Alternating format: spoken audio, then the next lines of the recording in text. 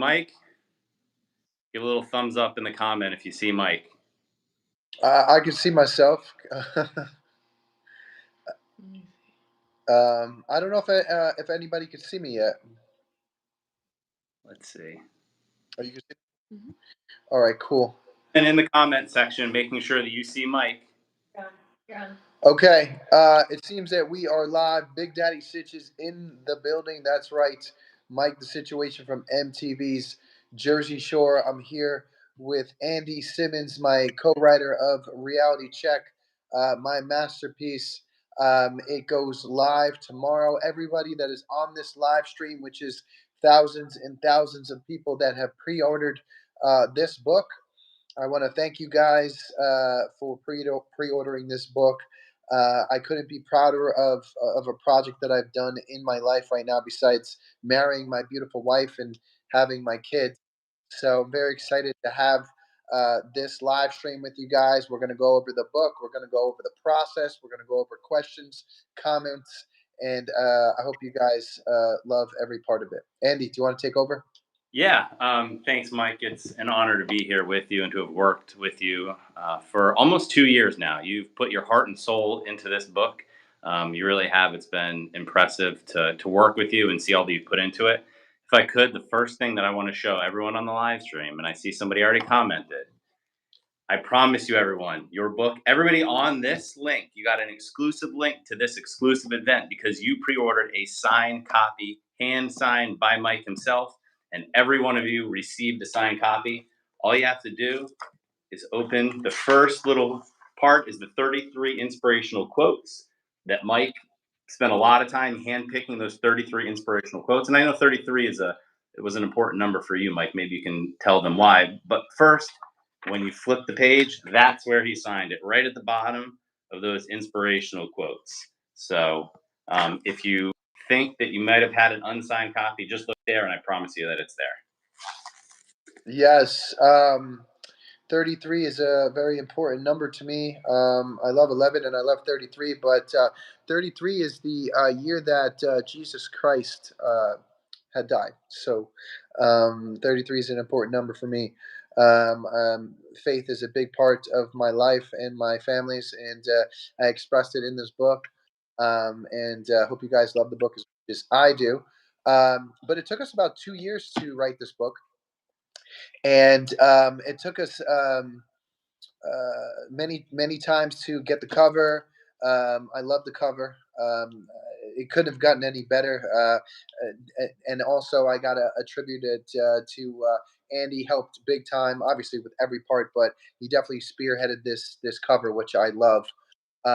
Also, reality check and the subtitle and and that those parts. I think every part of this book has been a home run. Including the content. It's been all over the press the past couple of weeks. It's a special on Hulu right now. If you haven't seen it, Hulu has done a special, and Nightline, ET. We had sit downs with ET, TMZ. It's everywhere. So I'm so happy to start this live with everybody to also give some context, some things that maybe didn't make the book, maybe that it's going to make the second edition that's coming soon, and also tell you guys, the processes of how we got to this book and some stories and things like that. I think you're going to love this intimate hour with the situation. Also, the co-writer Andy Simmons, me and Andy, we've definitely had a very close relationship over the past 2 years. We've been like big brother, little brother the whole time. I can't tell you that we haven't fought because both of us are extremely passionate about what we do. I can't thank Andy enough for his professionalism, because this book is my masterpiece. And like I said, I believe wholeheartedly that it's going to be a New York Times bestseller and a movie shortly as well. Yeah, Mike, I'll tell you what impressed me so much about working with you was that passion. I work with a lot of authors, right? And all of them are different. Very few, if any, care, I think would be the right way to put it, as much as you do. It was a labor of love for you. Every single word, every story, every phrase in this book, you spent a lot. There is no There was no just half-assing it. It was, this is the way it has to be. So I think the fans probably want to know. Tell them a little bit about your process and why it was so important to you to have such just accuracy and to convey the true feelings that you had throughout all of these crazy stories that you wrote about. Well, I mean, it starts with my recovery. I'm 8 years clean and sober, and every day I strive to be better than the last. I put my all into everything that I do, including being a husband, a father, a son, a neighbor, a best friend. And this book was an extension of me. So I put every aspect of my being into this book. Again, I could probably tear up because I'm so proud of it. I left no stone unturned with this book. I was vulnerable. I let the public, the fans, the readers know about stories that I never told anybody before, and about the time that I tried heroin. I'll be honest with you. I never thought that I would try heroin. I hated heroin. I never thought I passed or I went past the point of no return and many times and I wrote it down all in this book. I mean, there's so many stories that I read this book and even I am like shocked. I'm like, oh my god, I'm so lucky to be alive. And it's a big motivator for me why we wrote this book, because this book is going to save millions of lives. Not because of how crazy the book is, and the book is very crazy. It's a page turner. You can't put it down. But because I document in this book how I recovered from the disease of addiction. Okay, and that wasn't the only setback. That wasn't the only obstacle I was facing. I was facing many obstacles, okay, including the prison system, miscarriages, and that's why quotes have been a very important part of my life, because I have, lived these quotes. So when you read the book and you read these stories and you're like, oh my God, like I can't believe what I'm reading right now. And then you see a quote and you're like, oh my God, that really works. It really works because I lived by that. It was, again, I think I said it 5 times, but this book is my masterpiece. I think I said on Team Z today, I was like, I'm dropping a bomb in the ether, which is like it was like a little joke of mine. But we are making waves, man. This book's a game changer. And Anybody who I let read this book, they could not put it down. And when you get approval from my wife, the in-laws, um, all the press, I haven't seen one anything other than jaw-dropping, uh, amazing, masterpiece, beautiful book. So we couldn't be happier right now.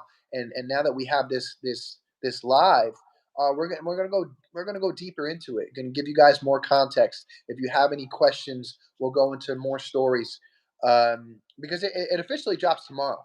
So everybody that bought the book and pre-ordered it, thank you guys so much for being a fan.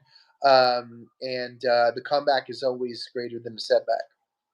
Yeah, maybe that's a good way, a good segue to talk about maybe having you read a little excerpt or a chapter. I can tell you for everyone on here, if you're audiobook fans, Mike read the audiobook himself, and he has just a great, unique voice that I think that everyone will really, really enjoy listening to the audiobook. Um, in the comments, if you guys have if some of you have already read the book, it seemed like from a lot of the comments, some of you just know some of the stories in there, you know some of Mike's story. Is there any story that anybody wants me to read, or and obviously I'll read some of it and then give you guys some context. We'll go as deep as you guys want to, because I love to really go deep and sort of articulate my intrusive thoughts and what I felt at that particular time. And I feel like this is my purpose in life, to help other people and to share my story. And that's what we're doing right now. Yeah, Robert Allen just asked a question: which stories specifically are new to the book and not told before? I can tell you one that Mike has alluded to and he's talked about in the press, but is the trying heroin story. Yeah, um, there's that you obviously that's a tough one. That was the day that my mother and my then girlfriend, who's now my wife, saved my life. There also was another story in the book, um, where I was filming my family show called the Sorrentinos, and I was driving back from Coxsackie, not New York, and I was so intoxicated on so much Adderall that I didn't sleep, and my mind was playing tricks on me, and I literally jumped out of the production van. I'm shooting a TV show at this particular point. I mean, who does this type of stuff? And I literally commandeered the vehicle, which pretty much means I took it over. I jumped out of the car, and next thing you know, and I'm on a high speed chase with non-existent um, hitmen. I think, right, Andy? Yeah, yeah. Yeah. In a van following behind you. Yes, yes. In a regular, and they were probably just regular people behind me. But when you're playing chemist, or when you're playing your own pharmacy, it's never a good idea. And my book definitely teaches you that my mind started playing tricks on me after too many substances and not enough sleep and not making good choices. And it was definitely a scary situation. Yeah. Um, that story I've never told anybody before.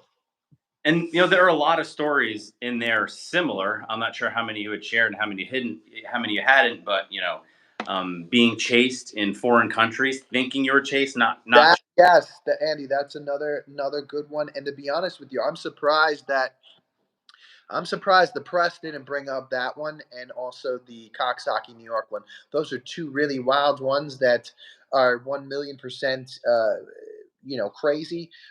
Where I thought, not that I thought, but I was being tailed by some Spaniards in Spain that were trying to rob a bag of upwards of $50,000 of cash from appearance money.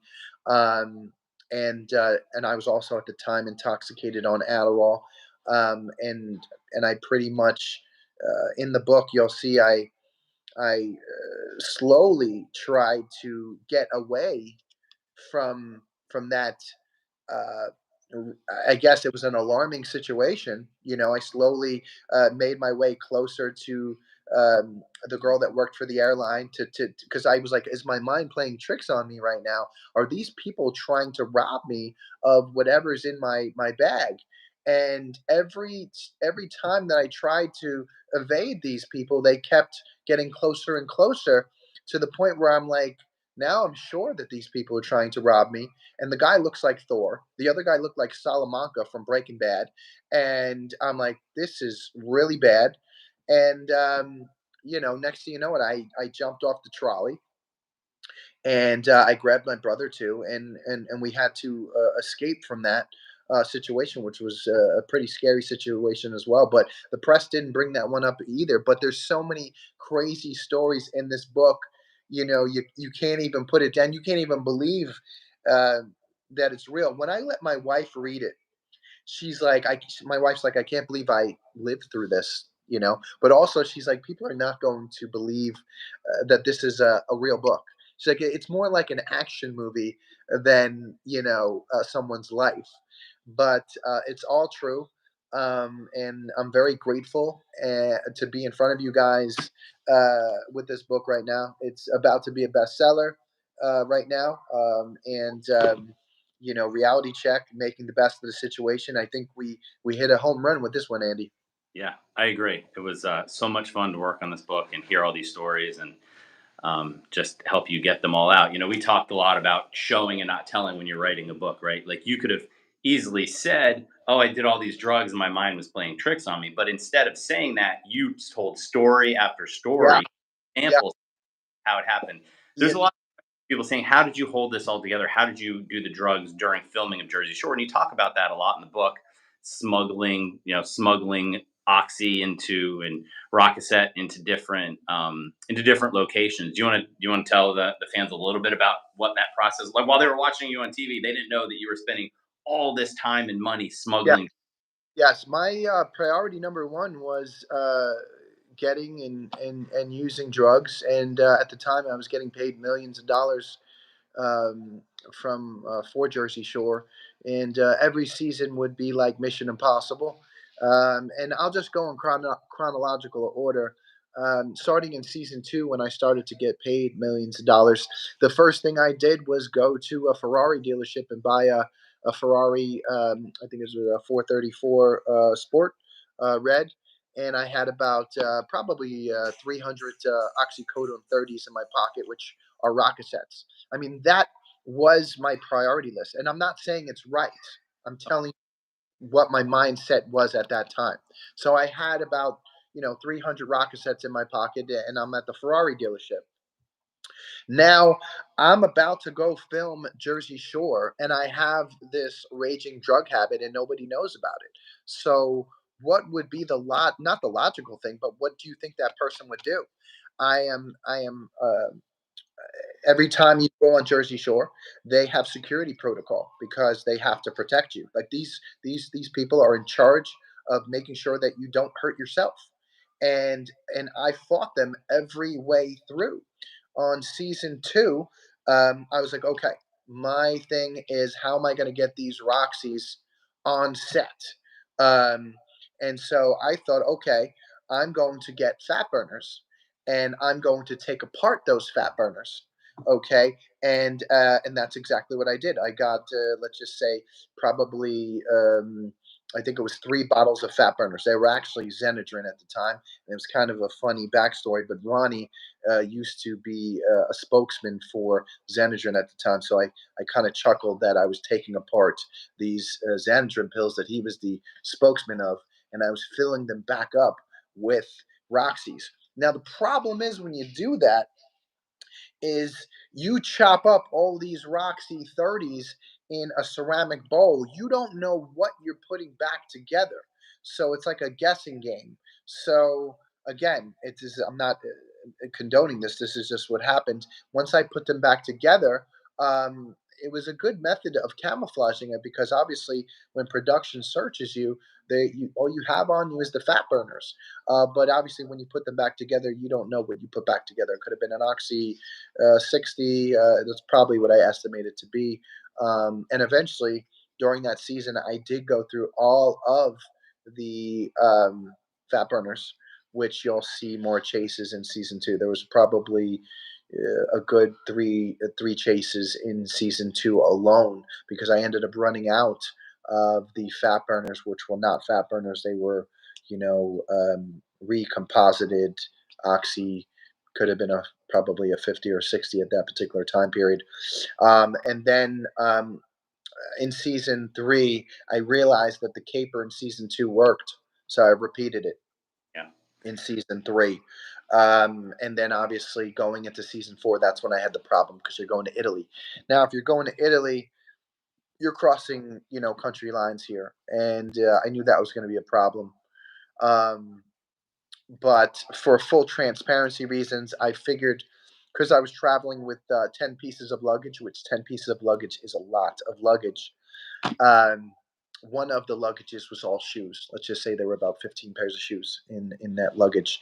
And I figured that one of the shoes I took apart, one of the pairs of shoes, and I sawed off.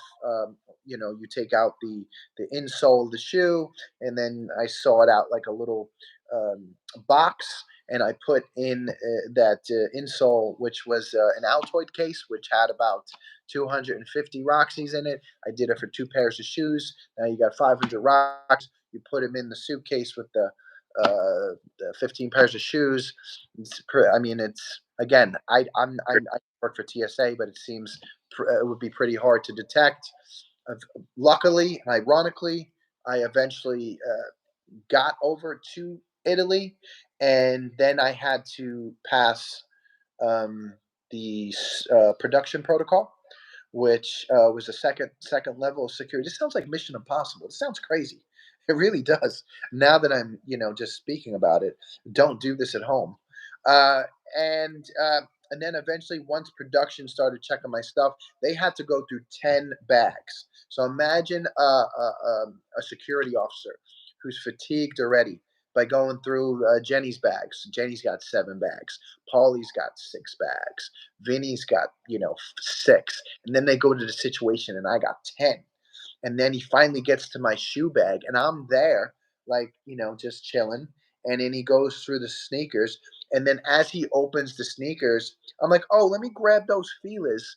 They're And my favorite. They're my favorite pair. I'm gonna wear those, and that's how I got by that. And it sounds insane. It sounds insane. I know it does, but ironically, it worked. But again, guys, this bad behavior, this craziness, guess where it led? yeah, well, I think Led after all that you just said, it was about 500 pills that you smuggled in the soul of those Filas. But as everybody that's seen that season of Jersey Shore knows, well, they know now, those pills didn't last you. You were going through severe withdrawals by the end of that season. And maybe this is a good one. I think it's on page 111. If you have a book handy, if you want to read start with the middle of that on 111, because this is what you're talking about. Either in the second or third paragraph, by the time I hit day 3, or I was in a horrible mental space when Ronnie decided. I think, and this will give everyone an idea of what it's like when Mike reads the audiobook, how he just has a Yes, unique and interesting way of reading it. yes. By the time I hit day 3 of my involuntary detox in Italy, I was crawling the walls. I couldn't sleep. No longer high for the first time in more than a year, I fruitlessly ducked for cover as all my buried emotions and fears came shooting up in a sea of depression, anxiety, and anger. I was in a horrible mental space when Ronnie decided it was time to address his issues with me. Tensions between the two of us had been building each season, and now, after a night of hard drinking, he probably saw what poor shape I was in and decided to confront me. To catch me in a vulnerable state, sick and depressed, I snapped. I hit a wall literally and figuratively, and that's where you guys saw when I went straight head first into a cement wall, which at the time I thought was sheetrock, but it was about 10,000-year-old cement. The time of Caesar that Yeah. got a sprained neck and concussion.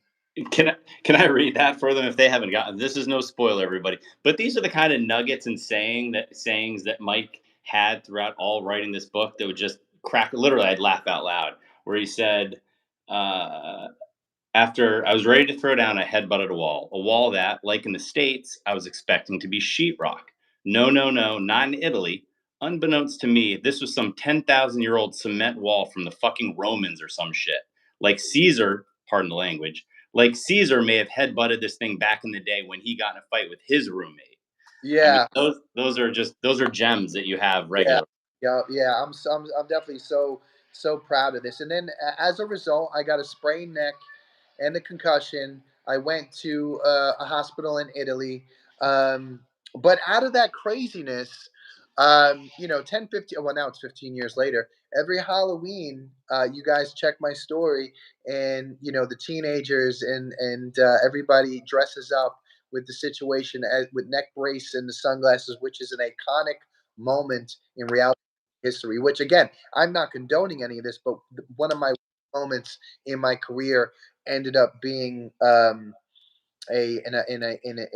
iconic moment for Jersey Shore and reality TV history. Yeah, and you can certainly laugh about it. Now, I think that's a good point to say you don't condone it, because we've talked a lot about the crazy stories that are in this book, right? And half the book, probably, I would say, are the crazy stories. And like any good story, your story has a big arc, right? So you went up to the fame, but then you went back down, then you went back up. So maybe Yeah. tell the fans about. A lot of people are asking, what was the breaking point? And the breaking point is outlined very explicitly in the book. Of course, is the time that you tried heroin. But maybe talk about your journey back and becoming the man who you are today, Yeah. finding sobriety and finding stability in your life with your wife and your kids and everything else. Uh, you know what? I hit rock bottom in 2015. When I tried heroin, but I tried heroin and he did something I never thought I was going to do, because most people don't come back from that, and tragically and sadly they don't. Um, and that day, my then girlfriend, who's now my wife, saved my life as well as right then and there. I gave up and surrendered. I called my trial officer that I need to go to rehab, and I never looked back. It's frozen. Everybody's saying it's frozen. Yeah. I think we're back now. Are we back? You're back. Mm-hmm. Okay. All right, we're back. So, right then and there, when I was in rehab in 2015, I was a broken man, and I thought to myself, you know what? All hands need to be on deck right now to rebuild my life because I don't think I have many more chances left. So right then and there, I said, I'm going to give my all. I'm going to give every ounce of effort and energy into this comeback, and we're going to see what happens. And I knew that I needed a perfect comeback to recover from addiction. Most people don't recover from addiction. I knew I needed a perfect comeback to try to fight. I mean, the government versus Mike, the situation, which cost me about $1 million to defend. And again, this is me not win. This is not me winning. This was me surviving. You know what I mean? Because the case versus Mike, the situation, and all of those obstacles that went with it. And so right then and there, I started one day at a time. I took the principles of recovery, the 12 steps, serenity prayer. I bought into it all. I was listening to those that have come before me that were successful in recovery. I was listening to my therapists. Man, I'll be honest with you. And people say to me all the time, "Do you still have an obsessive personality?" The answer is yes. I used that to rebuild my life. I used rock bottom as a trampoline. Like I'll be honest with you. I was obsessed with my recovery. I was obsessed with rebuilding my life. I was obsessed with fixing the wreckage of my past, and I started with $0. I was broke. I was homeless as well. I was in rehab. Uh, I started with being a kind person. I started with $0. The first thing I did was be a kind person. I was a good son. I was a good brother. I was a good neighbor. I was good to my significant others, and that's where I started. Good energy, and I took it one day at a time, to 1 week at a time, to 1 year at a time, and I stayed on that journey until I was about 2 years sober. And that's when the phone started. What you put out into the world, what you wanted to get back and what you deserved. And you talk in the book a lot about that, about the way that you can use your obsessive personality to for good now when you used it for bad. Redirect. And you did just talk about, okay, you surrendered this time, this is why it worked. I think maybe because a lot of people are using your story for inspiration to find sobriety or stay sober themselves. What are some of the things that you did? So I think there were 4 other rehabs, and you went over them. There are actually chapters in the book: rehab 1, rehab 2. What things did you not do in those rehabs that were different from when you finally surrendered, and to help you actually get Uh, sober this time? the first couple times that I went to rehab, which was 3, I just physically detoxed. Because I didn't understand what was needed to to really recover, and you needed in order to recover, you need to recover mentally, physically, and spiritually. And I didn't understand that until the last time. I was a totally broken man, and I was willing to do it. I was willing the last time, which was the fourth time in 2015. I was willing to change every single aspect of my life because I knew the way that I was running my program was not working. It had led me to losing the millions, losing my dreams. Um, about to go to prison. So I'm like, you know what? My best thinking is not working. So I'm gonna start to go with the therapist. They were pushing, 12 steps. They were pushing, the serenity prayer, and my eyes, my mind, and my spirit were open up just enough to accept all that stuff. So I started. That's where I started. Eventually, I also have to say, I didn't take all that stuff like for gospel. You know what I mean? I took it and I made it work for me, and I started to add stuff. I added the gym, and I added eating healthy, and I added other things to it. And I made it my own. Yeah, I mean, you almost lay out a playbook here for what to do, but also what not to do. And I think that's pretty important. You talk a lot about your fitness and routine well before there was GTL. On the show, you were doing that. You were, and after you were doing that was kind of your mantra. Things like that, self care. Those were the things that were important to you, that helped you. Can you go over some of those things? Obviously you talk about in the book, but some of those things that you did, like going to the gym, like being outside and walk, exercise outside, and sunlight was very Uh, important for you. yes, I just think that uh, I'm big into Mother Nature and sunlight, eating healthy, being positive, going to the gym. You know, I mean, even these days, I'm into possibly grounding. You know what I mean? I'm into healthy juices. I think that Mother Nature has the answer to all, and you have to be open enough to receive that. But if possible, I maybe we should go to some of these questions, Yeah. and we can try to answer some of the fans' questions. Um, Wait, it says, what was the hardest to go through, getting sober or getting sentenced and or prison? That is a very good question. Um, Facing addiction and was like facing the devil. It was the hardest thing that I've ever done in my life, and I believe that um, that was put in front of me to conquer first. Because once I faced prison and everything else, to be honest with you, it had just made me stronger. So addiction was like facing the devil, and it was the worst. It was the worst.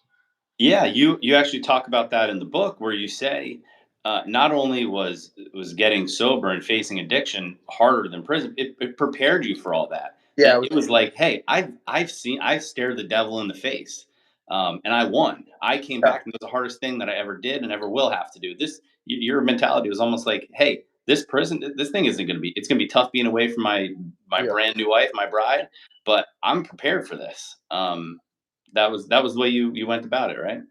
Yeah, I think the phrase is, you know, you're not going to be scared going through the storm because God has taken you through it already, and these are just raindrops. Yep, that is one of the quotes that's in there. Yeah, absolutely. I think that it was a really good mentality for how you face that. It says, my friend is close to 1 year sober. What is the best advice you can give to her? I would say that you got 1 year sober. Congratulations, you are a warrior. And my best advice would be, to keep moving forward, to never give up on yourself. Take it one day at a time, and that's it. After the one day at a time, put your head on the pillow and let go and let God handle the rest. So pretty much all you need to do is get through 24 hours. I do that to this day. I am like going 100 miles an hour for one day, and then at nighttime I'm like, I did my best today. I'm gonna lay down. I'm gonna put my head on the pillow. I'm gonna be grateful. I got food in my fridge. I got a roof on my head. My kids are happy and healthy. My wife is smiling, and I move forward, and that's it. And then I go on till tomorrow, and I attack it tomorrow. And then once you work like that, once you work one day at a time, and you are your best one day at a time, and you put together those victories and those W's, imagine what you can accomplish after 1 week, 1 month, 1 year, years. I mean, your prime is going to be, you pushing your prime out, because when you're working like that, that's when you start to achieve. You know, that's when you write in books and you're doing all these amazing things, and everybody's ringing your phone because that's the way you're working. Yep. It says, let's see what we have. Looking at some questions here.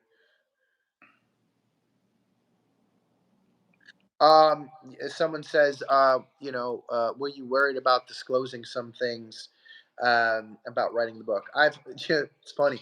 I had actually two lawyers read this book to fine tooth comb uh, to make sure that we were allowed to publish all this.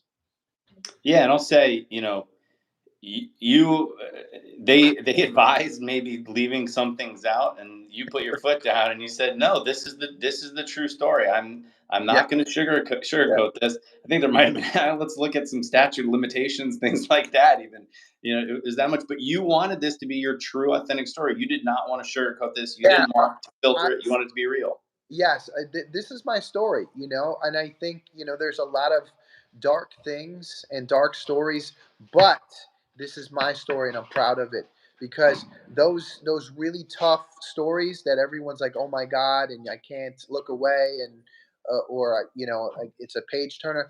Though that's the test in the testimony right there. You know what I mean? Because we all know as it starts to get to the end of the book, the comeback is greater than the setback.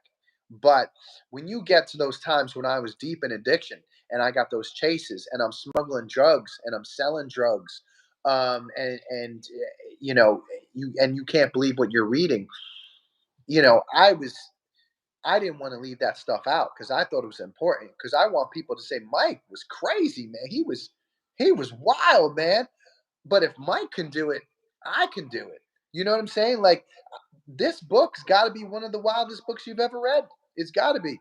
It's a page turner. You're like, I can't even. When I read it, I can't even believe that I'm blessed to be here. God has saved me so that I can write this book and save other people.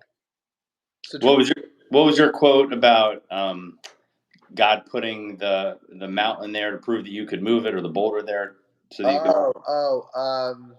That one is you know Sorry. that's is that in the book. That one's Yeah.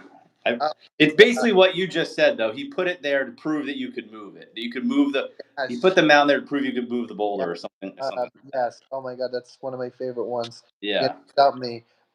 It is I'm looking for it. So uh, many great quotes. So many yes. great things. We'll find it. I'm gonna have to get that one now. Yeah.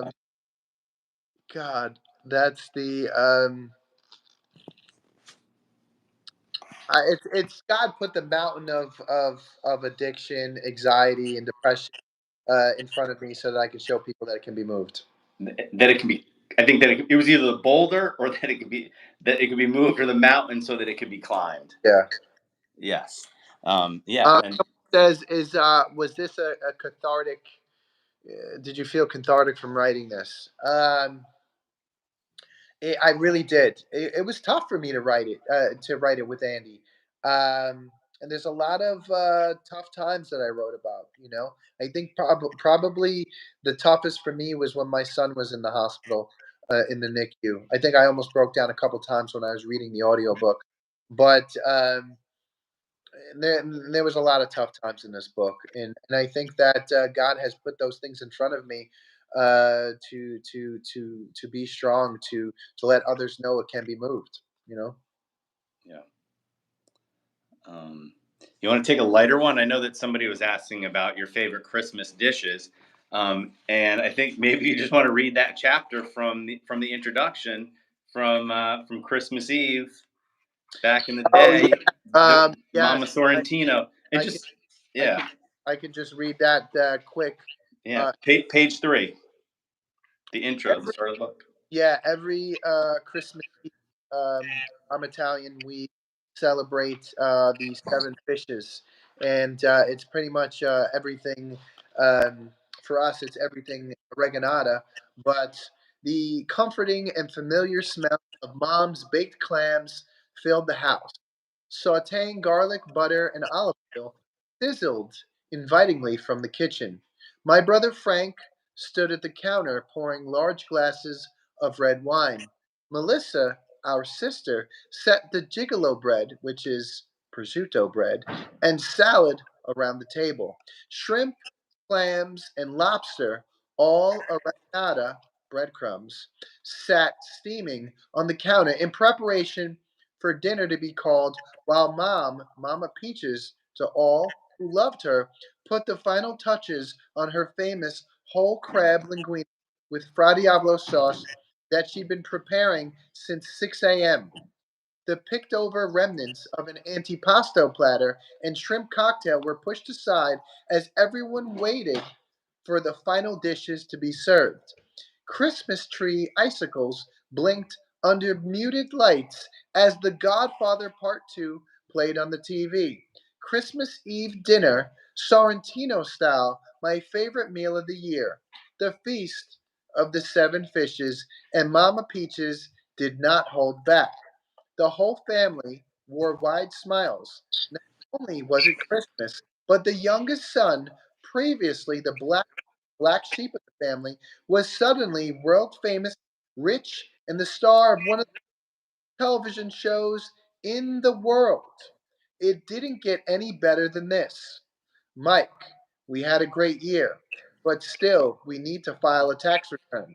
That was Mark, my older brother and manager, calling out like he had just remembered something important, but not that important. Certainly not as important as the fried calamari, coming off the stove. At least that's how I viewed this admonition at the time. From a prone position on my phone, I was swiping on my phone, back in my famousness. Um, and then my brother said, or we can get him next year.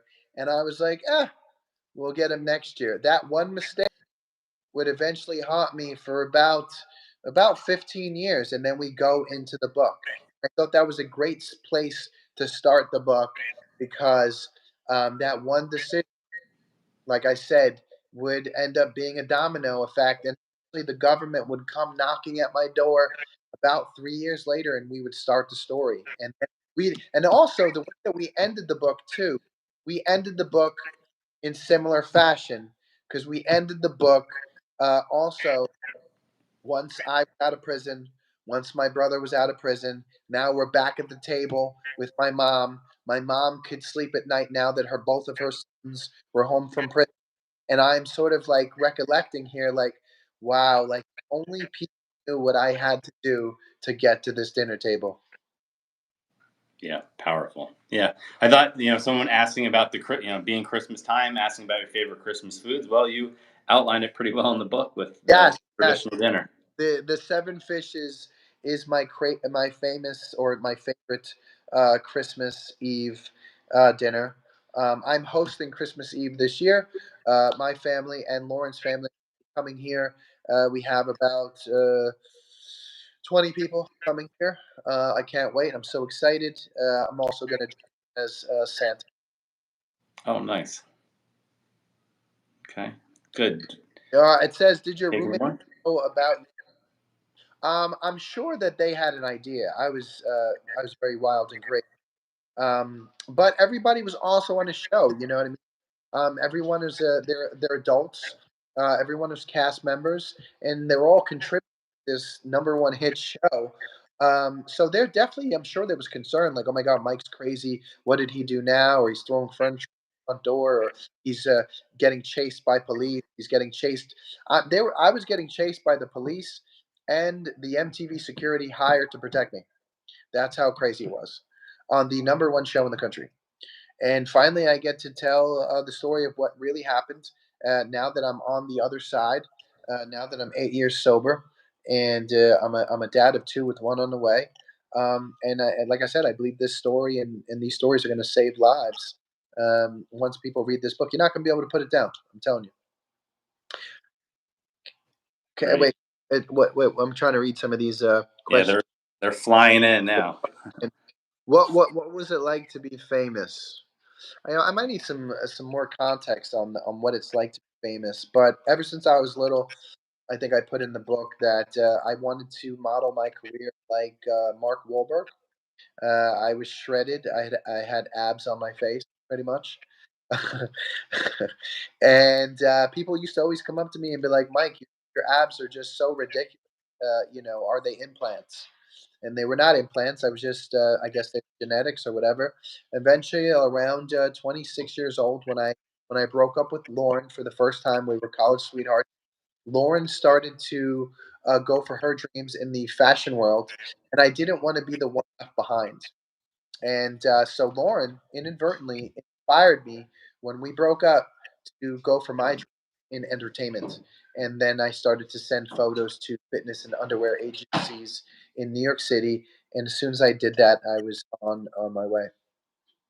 Yeah, it was important to you. There's a lot of themes in this book, and one that was important to you was that this is a love story. This isn't just about the wild times of being rich and famous and getting sober, but it's a love story. Lauren plays a central role in pretty Yes. much every part of Yes. this book. Do you want to Yeah. talk about why that was so important to you?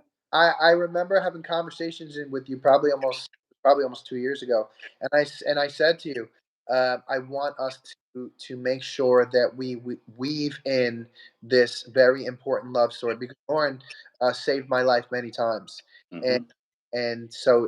and you promised me over and over again. You were like, no, no, no, we're it's gonna be in there. And as we went through the draft,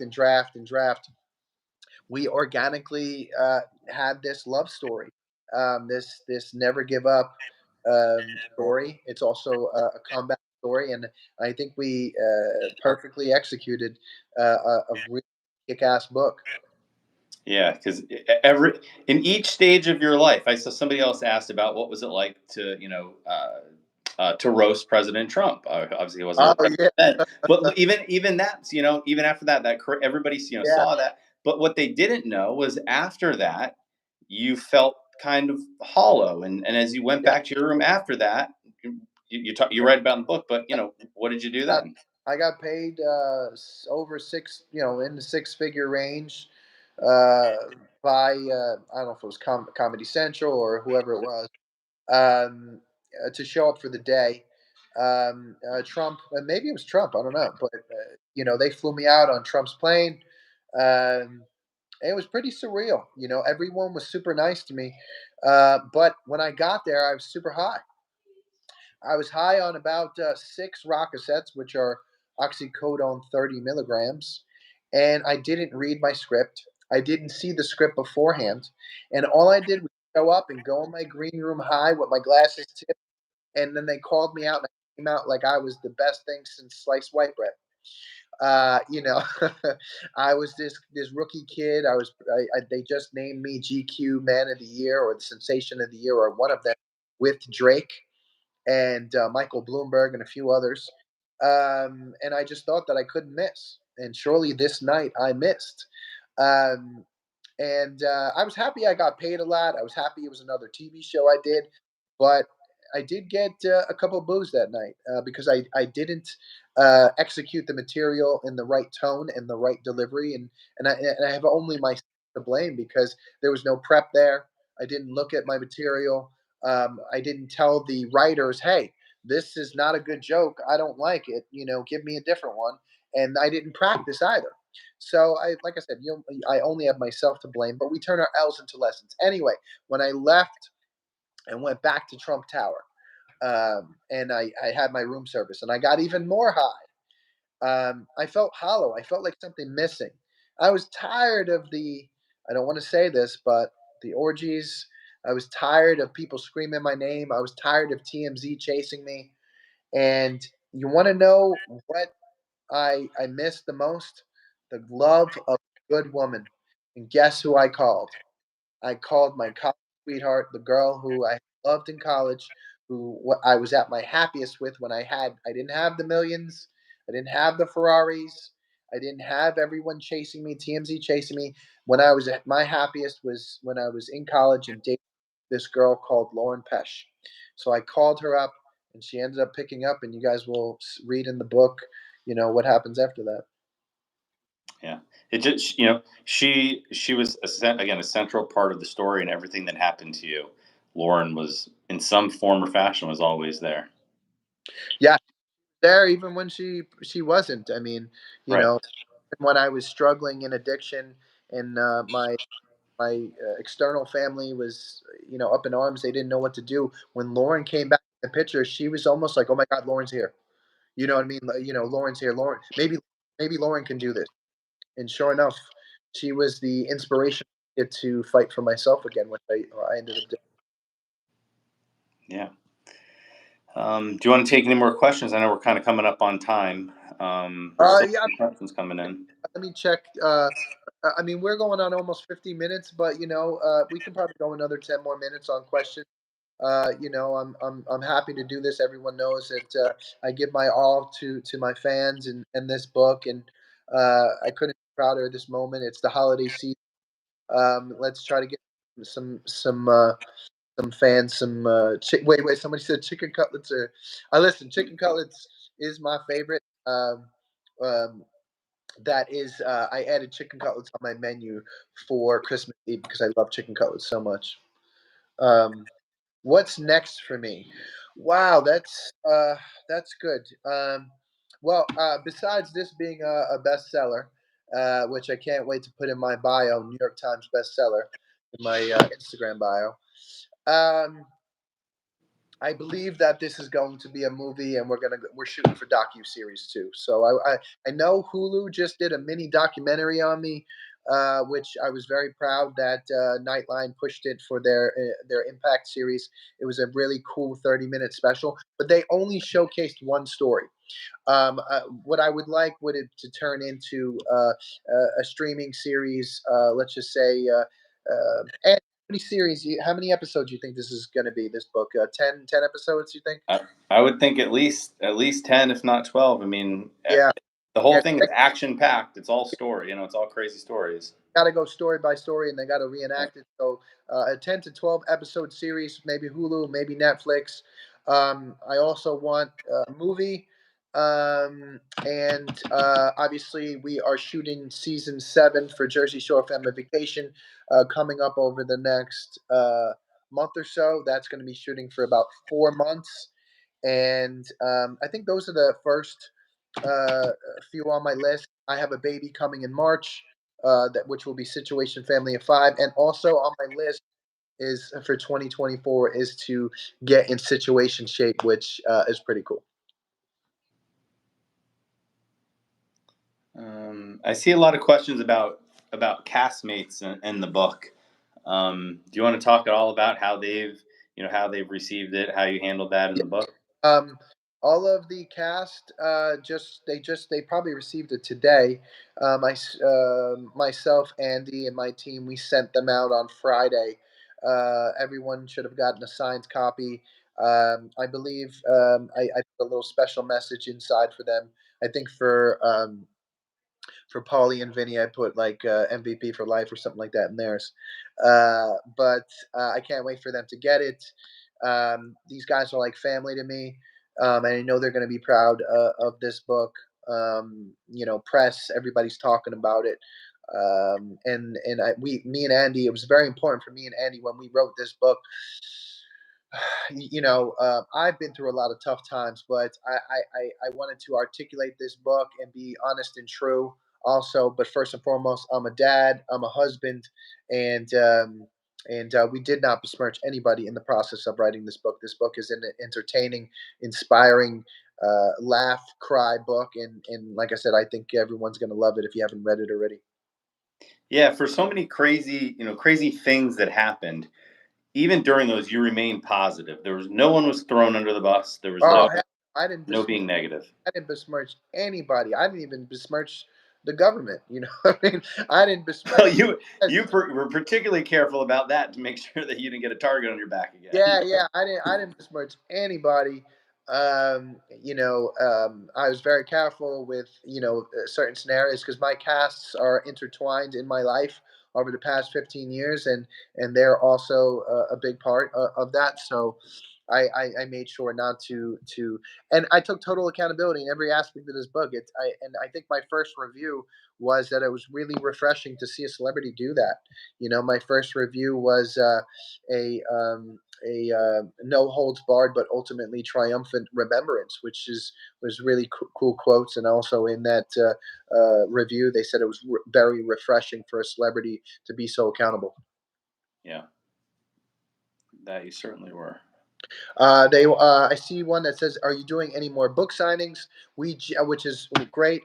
We just did our first book signing yesterday in New Jersey. It was pretty much sold out. There were 600 people in the rain. It was an amazing, heartfelt day for me.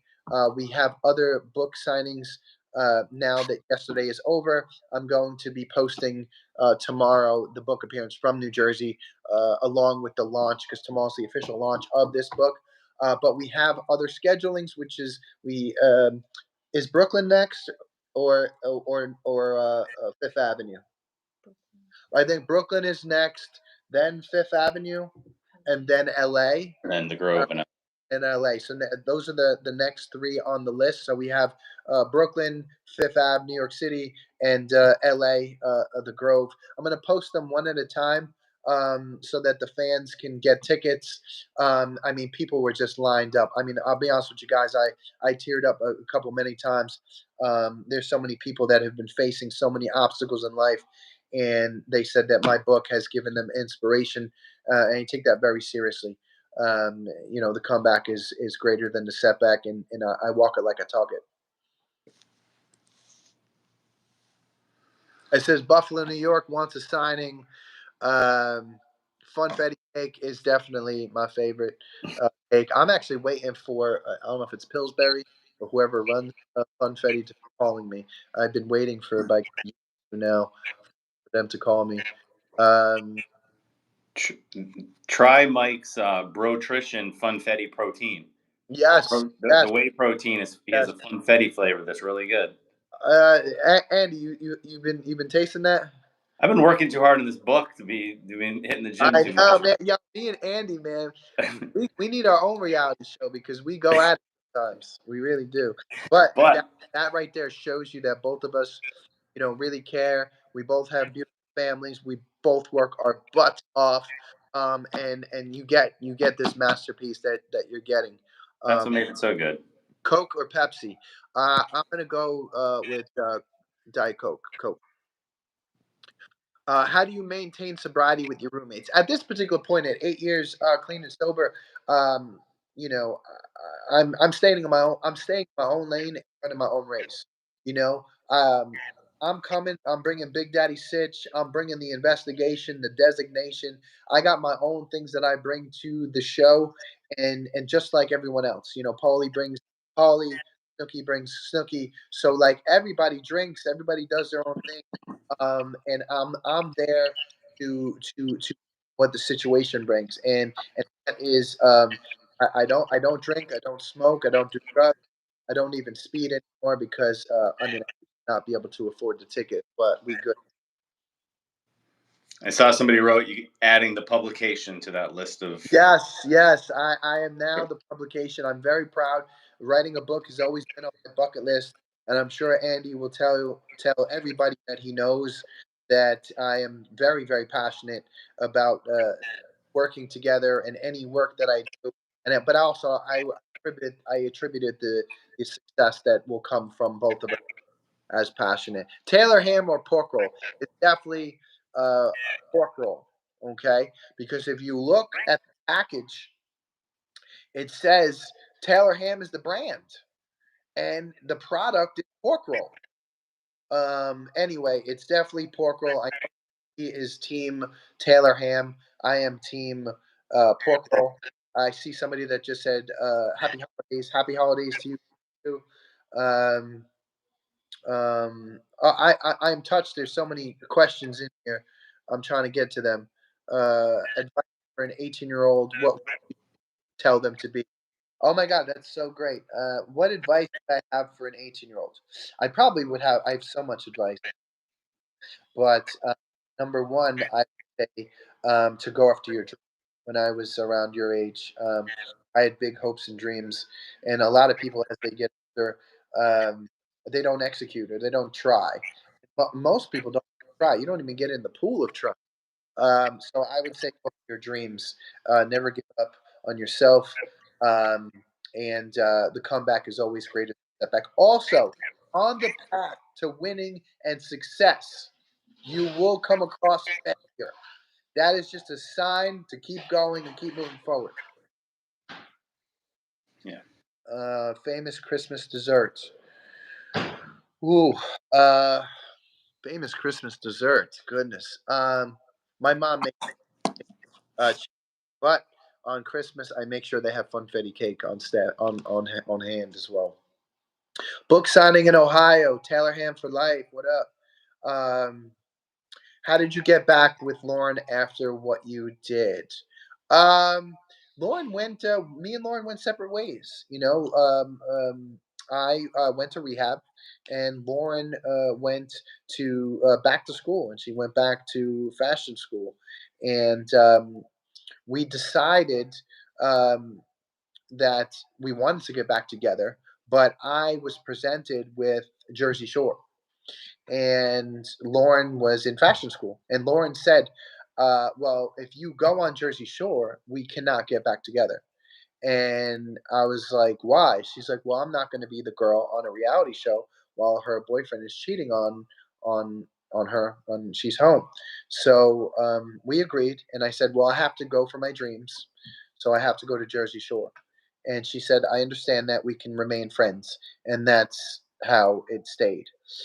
And then obviously in 2000, not obviously, but eventually in 2013, Jersey Shore ended, and I heard Lauren was at a kickboxing gym in Freehold, New Jersey. She was at a local gym called CKO, and my brother had told me that she was spotted there, and it was like a light bulb had went off. And I'm like, oh my god, like inspiration had come back to me. So that next day, I made sure that I went back to that same gym at the same time to hopefully bump into her. I mean, chances were maybe she wasn't going to be there, but she was there. And as soon as she locked eyes, man, I felt like I was in college again, and I was in love, and I didn't even know if she still was with the guy that she was maybe getting engaged um, uh, and when I did speak to her, I think she was had just broken up with him, and things weren't working out, and she wanted to start a family or get engaged, start a family, and maybe he didn't want to move forward. I didn't really know the backstory, but they broke up. We started to talk again, and that's how that happened, and we never really looked back. But at that time, I was deep in addiction, and Lauren probably spotted that right away, but she stayed anyway and pushed me into recovery eventually about a few times, but eventually in 2015, I stayed with it. It's going by so quick. I think can you describe the moment that you turned your life around?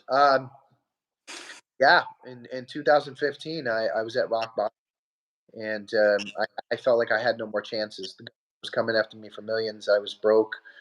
I was practically homeless. I was dependent on drugs, and uh, I needed a miracle. I needed a prayer at that particular moment, and that's when I decided to really say all my prayers and try my hardest to get out of the hole that I put myself in. So, a situation cookbook. You know what? We probably can do a situation cookbook. Good idea. Because this book right here is about to be a bestseller. But and we probably can do a cookbook right after this. Best quote: "The comeback is greater than the setback. Tough times don't last, but tough people do. We didn't come this far just to come this far. Magic happens when you don't give up, even though you want to. The universe always falls in love with a stubborn heart. One day at a time. A smooth sea never made a skilled sailor." And Your current situation is not your final destination. I'm a walking quote. You know what I mean? The saltiness only seasons my sauce. Your saltiness only seasons my fries. Um, with all these flavors, you chose to be salt. I mean, just from being on TV, I could keep spitting them. It was it was tough for you to narrow down to this 33, I think. Yeah, it But was. there's still so many good ones in the book that aren't in the 33 Yeah. that start the book. Oh, maybe on the second edition, we will add some more quotes. We'll add a few more stories, maybe into the second edition. I'm sure we'll get to that second edition very soon, probably. Oh, good. Let's see. They said quotathon. Yes. Thank you, Mike. Well, listen, guys, I'm going to finish with this. Thank you guys for spending this 62 minutes with me and Andy. We are super flattered that thousands of you guys have ordered this book for your friends, your family, for the holidays. If you haven't already, gotten the book for you or a friend, please get it, pick it up, and read it. And please tell a friend about it, because we are New York Times bestsellers list. Happy holidays to you, your friends, and your family. We love you. Leave reviews. If you love the book, leave reviews. They help get the word out. Thanks, everybody. Thanks, Mike. Thanks, guys. We got a situation.